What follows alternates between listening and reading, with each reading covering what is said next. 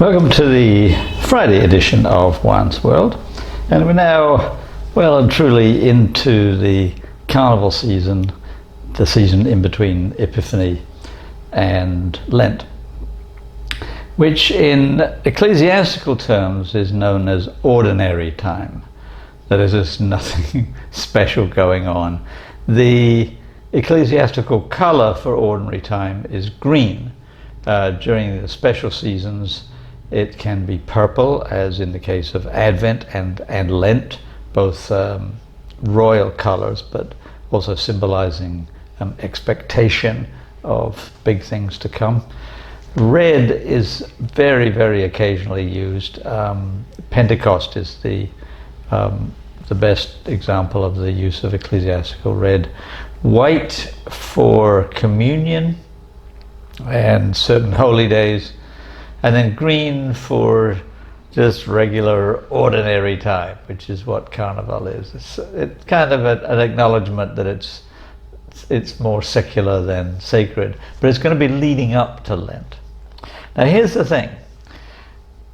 In between Epiphany and Shrove Tuesday is Carnival time in general, but Epiphany itself and Shrove Tuesday are the bookends that in English calendar customs are associated with particularly, I wouldn't say violent, but unruly games that are ostensibly games that you might call football. In fact, one of them is called football, and there is a ball involved, but there's no kicking, there's no feet involved. And the other game is called the Haxy Hood game. The Haxy Hood game is played in Haxey in Lincolnshire on Epiphany. And Royal Football is played in Ashbourne in Derbyshire on Shrove Tuesday. And they've got a lot of similarities. I mean, they're mostly just mobs and mobs of men fighting each other for this hood or football and trying to get it to their respective goals. So I want to talk about each one in turn, but I thought I'd talk about them today as strange bookends to ordinary time. So let's get into it.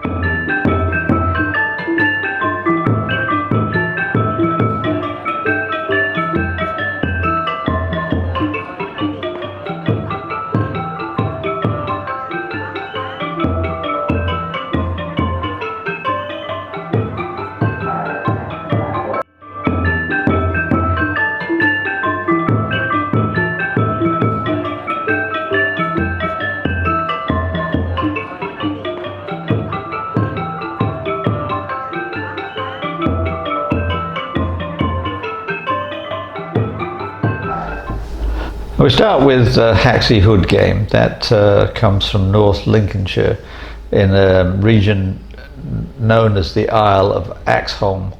At one point these were all marshlands, and there were islands or pockets of higher land in the marshes where people could build houses and have communities and so forth.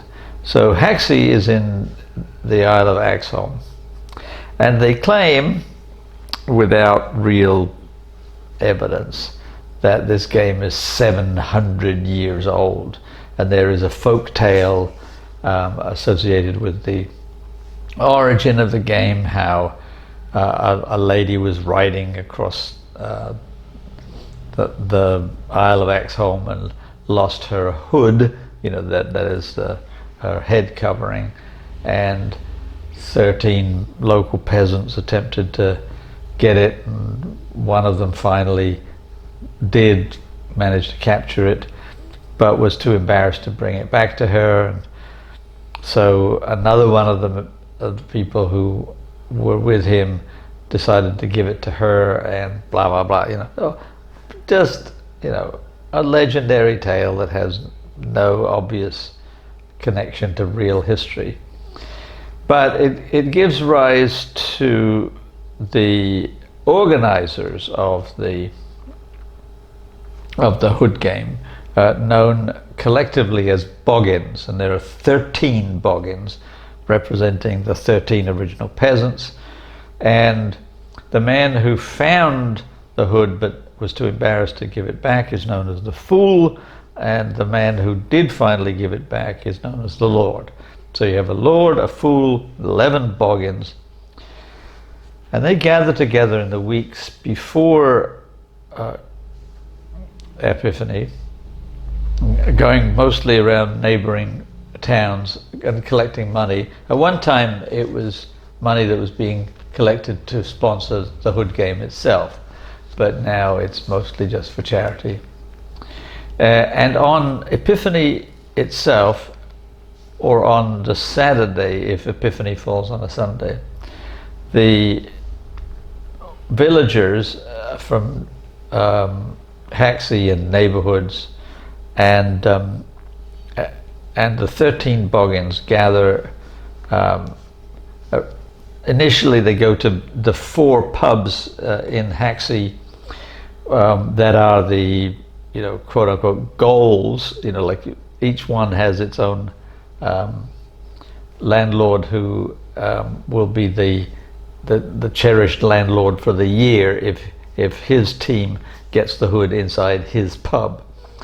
So they visit the 4 pubs, have a drink in each, I guess, on the house, and then they go to the church, and around midday or so they start a kind of preliminary game. They have 13 hoods. 12 of them are made of sacks, so they're just rolled up sacks, and the fool throws them to the people in the area, which are mostly children, who fight over them and try to get them out of a particular area. And if they manage to get them out of this particular area around the church, then they can claim a prize. That's the first 12. Then the 13th, which usually gets thrown up at about 3 o'clock in the afternoon, is called the sway hood. And that's, in a sense, the real hood. This is the hood that everyone cherishes. And it begins with the fool making a big proclamation and speech and what have you. And meanwhile, they light a smoky fire nearby him and smoke him out, and he eventually gives up and tosses the hood in the air to all the people standing around, and the game begins. And there are no real hard and fast rules, except that you can't throw the hood and you can't run with it, which means that the only way to make any progress is by a kind of scrum known as the sway. And so somebody who is in charge of the hood holds onto it tightly, and all of his mates around just kind of push him towards the direction they want to go in. And of course it moves in and out and round about like a very, very, very big rugby scrum. And the goal is to get the hood into one of the 4 pubs, and whoever gets the hood to his local gives it at the step to the landlord, who takes it inside and puts it on a special set of hooks. All the 4 pubs have their own set of hooks, but for the year following, having claimed the hood, it sits behind the bar on these hooks in Haxey. That's the Haxey hood game. And on Shrove Tuesday in Ashbourne in Derbyshire, they play what's called Royal Football. It's a version of what's been played for centuries and is generally known as mob football for a good reason. That is, that villagers have a ball and they have a sense of two goals, one goal at one end of a town and the other goal at the other end of the town. And the people just divide up as to which goal they want to work towards. And according to primary sources in the Middle Ages, this was a fairly common form of just, street football. You could kick the ball, maybe carry it, throw it, whatever, and you're trying to get it to your goal, and the opposing team are trying to get it to the other goal. I mean, kind of like the very, very basics of any kind of football. Well, the only surviving variety of this mob football is played in Ashbourne in Derbyshire, between what are known as the uppards, that is the people born north of Henmore Brook, which runs through the centre of Ashbourne. So the uppards are north and the downwards are south. And there are no strict rules. I mean, you can kick the ball, run, do whatever you want, but most of the time it's much like the Haxy Hood game. Like somebody has the ball and there's a big scrum. They're just trying to get it to one of the two goals. And the two goals are in the brook itself. They were at one point the mills on the north side and the south side, and the goals were the millstones. But now they say, to make it a little bit harder, I don't know whether that's true or not, the goals are actually in the brook. And so a lot of the game, if you can call it a game, is played out in the river. And in fact it starts in the middle of the river. The ball is tossed to the waiting participants in the brook, and they can either go up or down the brook itself, or get on the bank and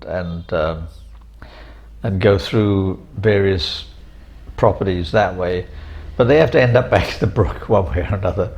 So it mostly ends up being a big scrum, just like the Haxy Hood game.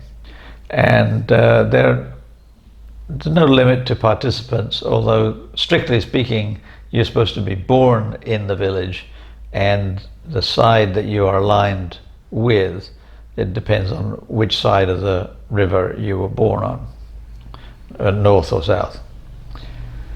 And it's called Royal Football now because in 1928 the Prince of Wales, who became the Edward VIII, rather short-lived king, he threw out the ball. I was going to say first ball. Usually it's only one ball because they play from around noon to around 8 o'clock at night, and sometimes a goal is scored before 5:30, in which case they start again.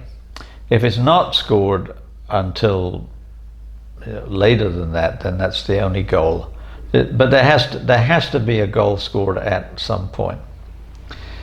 So so the Prince of Wales threw out the first ball in 1928, and it gave the term royal to the game, so it became Royal Football. And then in 2003, Prince Charles, also Prince of Wales, threw out the first ball, and so it's indubitably Royal Football. It's the only surviving mob football that I know of, and I'm not sure if there are any penalties for things like broken bones or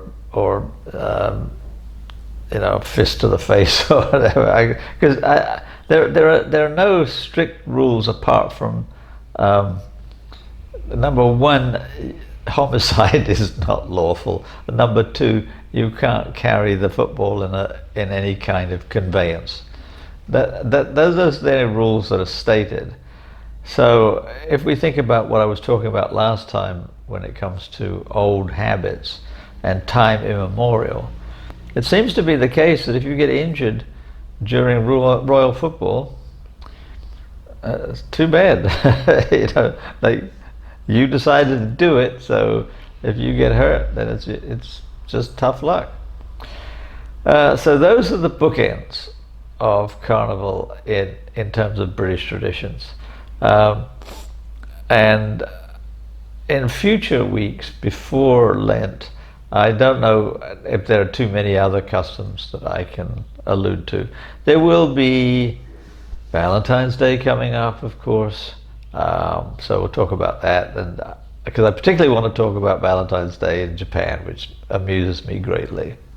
But other than that, I hope you have a good weekend, and I hope you continue to enjoy the secular time of Carnival and have a good weekend.